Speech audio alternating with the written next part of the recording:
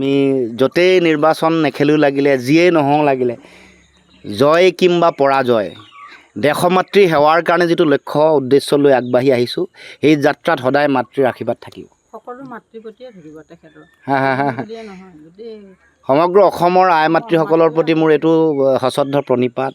মাতৃ আমাৰ পিতৃপুৰুষ সকলোকে মই সশ্ৰদ্ধ প্ৰণিপাত জনাইছোঁ, উপৰি পুৰুষকো জনাইছোঁ যাতে আশীৰ্বাদ বৰ্ষণ কৰে, যাতে শক্তি সাহস যাতে থাকে, যাতে সততা আৰু অসমৰ প্ৰতি যিটো জাতীয় দায়িত্ব আছে সেই দায়িত্বৰ পৰা যাতে ইফাল সিফাল নহওঁ, কোনো কাৰণতে যাতে মানে আমি বিভ্ৰান্ত নহওঁ লক্ষ্যৰ পৰা, তাৰ কাৰণে যাতে আশীৰ্বাদ দিয়ে, সেইটো সাহস আৰু শক্তি যাতে সদায় পাওঁ।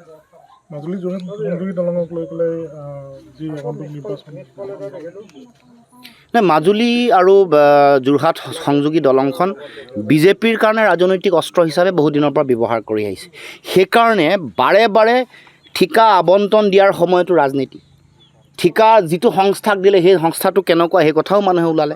তাৰ পাছত বিভিন্ন সময়ত তেওঁলোকে হুহুকা পিছলা দি থাকে, আজিলৈকে সম্পূৰ্ণ হোৱা নাই। এইবাৰো 26ৰ নিৰ্বাচনতো মাজুলীবাসী ৰাইজক বা ইয়াৰ ওচৰ পাজৰে বা সিফালে সেই মানে নিমাতী অঞ্চলৰ ৰাইজকো তেওঁলোকে এই দলংখনৰ যোগেদি তেওঁলোকৰ যিটো ৰাজনৈতিক স্বাৰ্থ সিদ্ধি কৰিবৰ কাৰণে তেওঁলোকে কাম কাজ কৰিব, তেনেকুৱা ধৰণৰ প্ৰচাৰ তেওঁলোকে চলাব। গতিকে মই ভাবোঁ যে মাজুলী আৰু নিমাতী সংযোগী যিখন দলং এখন মাজুলীবাসী ৰাইজৰ আৱেগ আৰু মাজুলীৰ প্ৰতি এইটো এটা চৰকাৰৰ দায়িত্ব, দায়বদ্ধতা, এইটো তেওঁলোকে পালন কৰিব লাগে। ইয়াক ৰাজনৈতিক অস্ত্ৰ বা হাতিয়াৰ হিচাপে কেতিয়াও ব্যৱহাৰ কৰিব নালাগে।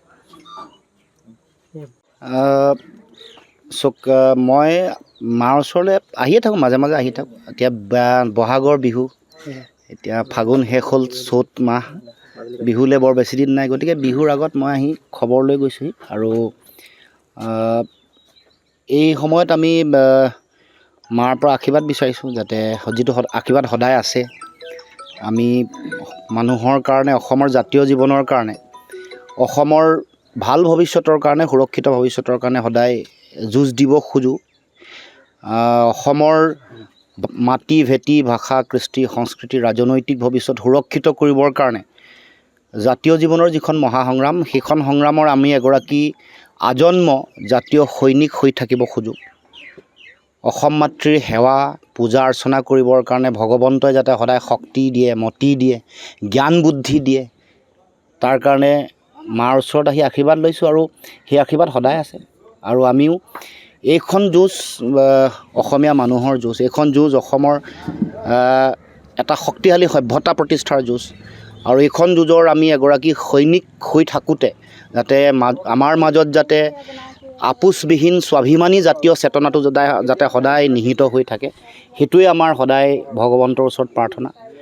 আমাৰ মাতৃসকলৰ প্ৰতি আমাৰ সদায় সেইটোৱেই আশীৰ্বাদ বিচাৰি আমি সদায় সেইটোৱেই বিচাৰোঁ যে আমাৰ যাতে আমি লক্ষ্য ভ্ৰষ্ট নহওঁ, পথভ্ৰষ্ট যাতে নহওঁ, আমাক যাতে কোনো ধৰণৰ প্ৰলোভন বা বিভিন্ন ধৰণৰ অশুভ চিন্তাই কেতিয়াও ক্ৰিয়া কৰিব নোৱাৰে। আমাৰ যিটো লক্ষ্য উদ্দেশ্য লৈ গৈ আছোঁ সেইটো যাতে আমি আগবাঢ়ি যাব পাৰোঁ, তাৰ কাৰণে সেই শক্তিকণৰ কাৰণে, সেই সাহসৰ কাৰণে আহি তেখেতৰ চৰণত সেৱা জনাই আশীৰ্বাদ বিচাৰিছোঁ। আৰু আশীৰ্বাদ নিশ্চয় মাতৃৰ সদায় থাকিব। আহিলে দৃঢ়তাটো বাঢ়ে, মনোবল শক্তিশালী হয় আৰু মনো পৰিস্ফুট হয়। যেতিয়া বিভিন্ন ধৰণৰ প্ৰত্যাহ্বান আৰু বিভিন্ন জীৱনৰ জটিলতাই যেতিয়া আগুৰি ধৰে, সন্মুখত বিভিন্ন ধৰণৰ অপসংস্কৃতি, গণতন্ত্ৰ সংকটত পেলোৱা পৰিৱেশ আৰু চিন্তা, চাৰিওফালে এটা অশান্তিময় পৰিৱেশ য'ত আমাৰ সমাজ বিপন্ন হোৱা দেখোঁ, তেতিয়া ইয়ালৈ আহিলে, মাতৃৰ কাষলৈ আহিলে সদায় এটা মনোবল পাওঁ, যুঁজাৰ শক্তি, যিটো শক্তি আমাক সদায় লাগে সেইটো বিচাৰি পাওঁ। গতিকে এই ক্ষণত বিহু অহাৰ আগতে, চ'তৰ বিহুৰ সময়ত মালৈ সেৱা জনাই অসমবাসী ৰাইজৰ, সমগ্ৰ অসমবাসী ৰাইজৰ ওচৰতো প্ৰণিপাত জনাইছোঁ, যাতে আমি নতুন বছৰ আহি আছে, নতুন বছৰত নতুন চিন্তাৰে, নতুন শক্তিৰে, নতুন জাতীয় চেতনাৰে এখন নতুন অসম গঢ়িবৰ কাৰণে আমি যাতে সকলোৱে সংকল্প লৈ আগবাঢ়ি যাব পাৰোঁ। আৰু যিখন জাতীয় মহাসংগ্ৰাম, এই মহাসংগ্ৰাম এক নতুন বাট যাতে পায়, নতুন দিশেৰে যাতে আগবাঢ়িব পাৰে, তাৰ কাৰণে মই শ্ৰদ্ধা জনাই আশীৰ্বাদ বিচাৰিছোঁ। আজি মাজুলীলৈ আহিলে মাজুলী যিকোনো খবৰৰ বাবে যোগাযোগ কৰক 7099017330 লগতে 7099017110 নম্বৰত।